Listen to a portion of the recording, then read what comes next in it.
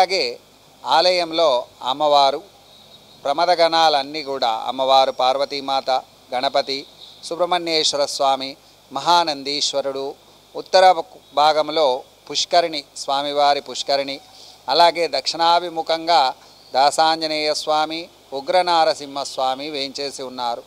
ఆలయంలో పంచవటి అనేటటువంటి వృక్షం, 5 వృక్షాలు కలిసినటువంటి పంచవటి వృక్షము, దాని కింద 2 ముఖాలు కలిగినటువంటి సంతాన నాగదేవత విగ్రహ ప్రతిష్టాపన గావించడం జరిగింది. ఇట్టి విగ్రహానికి చాలామంది స్త్రీలు, సంతాన భాగ్యం లేని వాళ్ళు, వివాహం కాని వాళ్ళు ఆ నాగేంద్రుడికి ప్రదక్షిణాలు, చెట్టుకు ప్రదక్షిణాలు చేసుకొని సంతాన భాగ్యాన్ని, వివాహ భాగ్యాన్ని పొందుతూ ఉన్నారు. ఆలయంలో ప్రతి మాస శివరాత్రికి స్వామివారి యొక్క గంగా పార్వతీ సమేతంగా కళ్యాణ మహోత్సవము మరియు మకర సంక్రాంతి రోజున కళ్యాణ మహోత్సవం నిర్వహించడం జరుగుతోంది.